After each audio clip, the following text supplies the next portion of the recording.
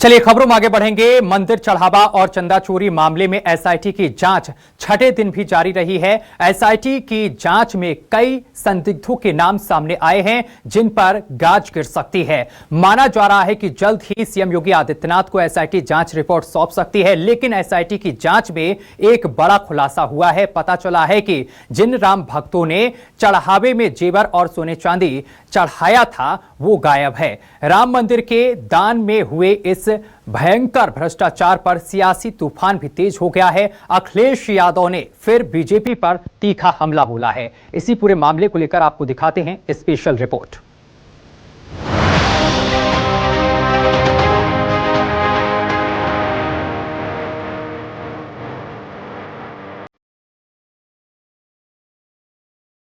SIT गठित हुई है, दूध का दूध और पानी का पानी होगा।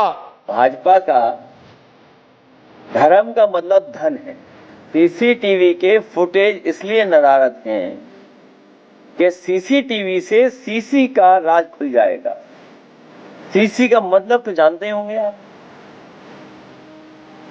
चढ़ावा चोरी, चंदा चोरी। राम मंदिर चंदा चोरी मामले में सीएम योगी और अखिलेश यादव आमने सामने।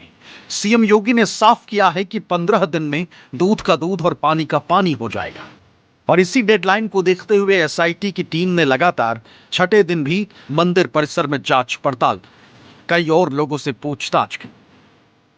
एसआईटी की जांच में टिन्नू यादव समेत जिन संदिग्धों के नाम सामने आए हैं उन पर कार्रवाई तय मानी जा रही। जिन लोगों से पूछताछ हुई है उन्हें अगले आदेश तक अयोध्या से बाहर नहीं जाने की चेतावनी दी गई। जानकारी के मुताबिक अयोध्या में एसआईटी ने मंदिर प्रबंधन, ट्रस्ट से जुड़े हुए पदाधिकारियों और गिनती में लगे हुए कर्मचारियों से गहन पूछताछ की है। सूत्रों का यह दावा है कि एसआईटी ने दान की राशि के अलावा मंदिर में सोने और चांदी के चढ़ावे के रिकॉर्ड और वर्तमान स्थिति को लेकर भी लंबी पूछताछ की है। जांच टीम को इस बात की आशंका है कि अयोध्या राम मंदिर में चढ़ावे की राशि के अलावा सोने और चांदी के चढ़ावे में भी हेराफेरी की संभावनाओं से इनकार नहीं किया जा सकता है। लिहाजा जांच टीम इस पूरी चेन का पता लगाना चाहती है। एसआईटी की जांच में चढ़ावे की गिनती और रिकॉर्ड रखने में बड़ी गड़बड़ियों का खुलासा हुआ है। पता चला है कि दान पात्र से नकदी निकालने और चढ़ावा गिनने की व्यवस्था पारदर्शी नहीं थी। भक्तों के चढ़ाए सोने चांदी के जेवरात का कोई पुख्ता रिकॉर्ड नहीं मिला। मंदिर में भर्ती और टेंडर प्रक्रिया संदिग्ध मिली। साथ ही प्रसाद वितरण और सीता रसोई की व्यवस्था में भारी खामियां मिली। एसआईटी की जांच में सबसे बड़ा खुलासा तो सोने चांदी के जेवरातों के चढ़ावों पर हुआ। जांच में पता चला है कि ट्रस्ट की हर 3 महीने में होने वाली बैठक में नकदी का ब्यौरा तो दिया जाता है, लेकिन सोने चांदी की मात्रा का खुलासा नहीं किया गया। उसका रिकॉर्ड एसआईटी को नहीं मिला है। एसआईटी ने ऐसे दानदाताओं से भी संपर्क किया है जिन्होंने मंदिर ट्रस्ट को जेवर सौंपे थे। मुंबई के एक कारोबारी अनिल विश्वकर्मा के बयान एसआईटी ने दर्ज किए। कारोबारी का आरोप है कि रामलला के लिए 3 किलो चांदी का हार और 1 किलो चांदी की चरण पादुका चढ़ावे में सौंपी थी, लेकिन मंदिर की तरफ से कोई रसीद नहीं मिली। Indian bullion and jewellery association के north India head Anurag Rastogi ने भी बड़ा खुलासा किया। उनका कहना है कि देश भर के सर्राफा कारोबारियों की तरफ से 60 किलो चांदी इकट्ठा करके नींव के लिए ईंट बनाई गई, जिसे मंदिर ट्रस्ट को सौंपा गया था, लेकिन उसका भी अब तक कुछ पता नहीं। सारी चांदी हमने एक पत्र बना करके एक इस निवेदन के साथ कि जब भी राम जन्मभूमि का भूमि का जब ये होगा भूमि पूजन, उसमें ये चांदी हम सब की तरफ से श्रद्धा के रूप में उनकी नींव में लगाया जाए। लेकिन जब भूमि पूजन हुआ उस समय हम सभी को वो चांदी की हम लोगों ने बहुत देखा, बहुत ढूंढा, लेकिन वो चांदी हमें कहीं दिखी नहीं। राम मंदिर के चढ़ावे में हुए करोड़ों के इस भ्रष्टाचार से एसआईटी की टीम भी हैरान है। बताया जा रहा है कि एसआईटी अपनी रिपोर्ट में ये फैक्ट शामिल करेगी कि कब और किसके हाथों में जेवर सौंपे गए, कोई रसीद दी गई थी या नहीं। अयोध्या में राम मंदिर चढ़ावे मामले में एसआईटी लगातार अपने जांच के दायरे को आगे बढ़ाती हुई नजर आ रही है। अभी तक की जांच में जिन प्रमुख लोगों के नाम सामने आए हैं उसमें टुन्नू यादव, लवकुश मिश्रा और अनुकल्प मिश्रा के अलावा कई बड़े नाम भी शामिल हैं। दरअसल जांच टीम इस बात को भी समझना चाहती है कि करोड़ों रुपए की सुरक्षा व्यवस्था और सीसीटीवी कैमरे की निगरानी के बावजूद इतनी बड़ी हेराफेरी कैसे हो सकती है।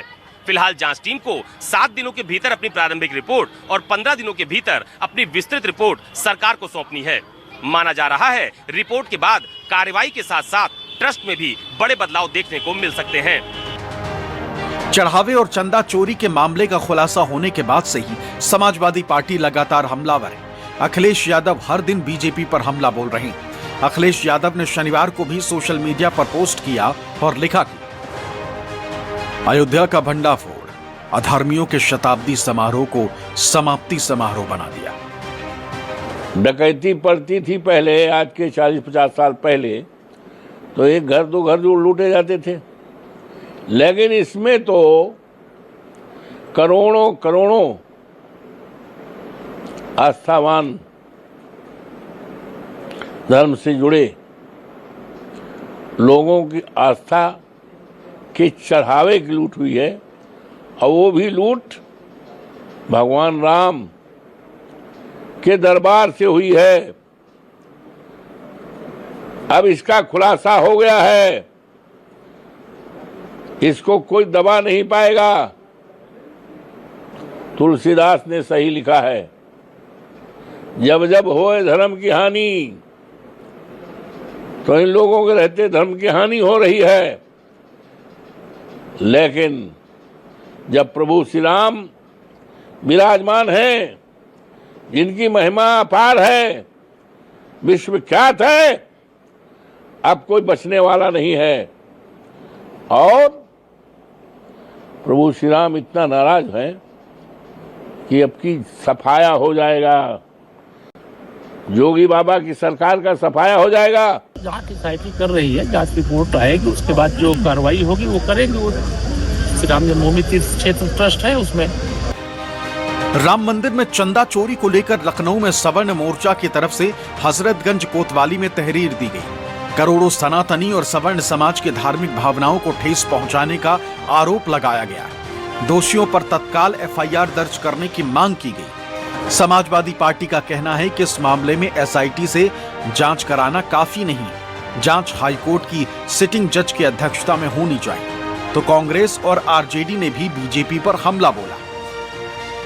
जिनको मर्यादा पुरुषोत्तम कहा जाता है, उनके दरबार से ही जो लोगों की श्रद्धा है, भक्ति है, उससे प्राप्त धन का अगर किसी तरह की भी उसके साथ खिलवाड़ होता है तो इससे दुर्भाग्यपूर्ण स्थिति कुछ नहीं है।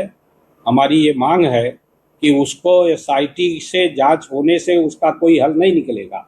उसको हाई कोर्ट के जज के देखरेख में, उनके अध्यक्षता में कमेटी बने जो सिटिंग जज है, और उसके आधार पर उसकी जांच हो। बहुत कुछ बदलने की जरूरत है, सरकार से शुरू कीजिए। पहले तो सरकार को बदलिए। जो राम के नाम पे चोरी कर लें, उनसे अब आप क्या उम्मीद रखते हैं? उनसे क्या सवाल पूछने चाहिए? उनको निकाल के बाहर कर देना चाहिए। जब सारे साक्ष्य मिल गए कि मंदिर से चोरी हुए हैं, वीडियो डिलीट किए गए हैं, कुछ पैसे भी और सोना भी जब्त हुआ है कर्मचारियों के यहाँ, अभी तक एफआईआर नहीं दर्ज हुआ। जोगी जी, आप इतना डरपोक होंगे, यह हम लोग के समझ के बाहर की बात है। यह आंदोलन ही राम मंदिर गोरखपुर मठ के द्वारा चलाया गया आंदोलन था। ये बीजेपी का नहीं एजेंडा था, यह संघ का एजेंडा नहीं था। आप उस पीठ पर बैठे हुए वो संत मैं मानता हूं जिसकी जिम्मेदारी थी राम मंदिर की रक्षा की, और आपके राम राज में राम मंदिर लुट गया, तो क्या कुर्सी के लिए इतना आपका नैतिक पतन हो गया है? अभी तक एफआईआर नहीं किया आपने। विपक्ष के आरोपों पर सीएम योगी ने पहले ही जवाब दे दिया है और एसआईटी जांच के बाद कार्रवाई की बात कही। वहीं वीएचपी और साधु संत भी जांच पर भरोसा और संयम रखने की बात कर रहे हैं।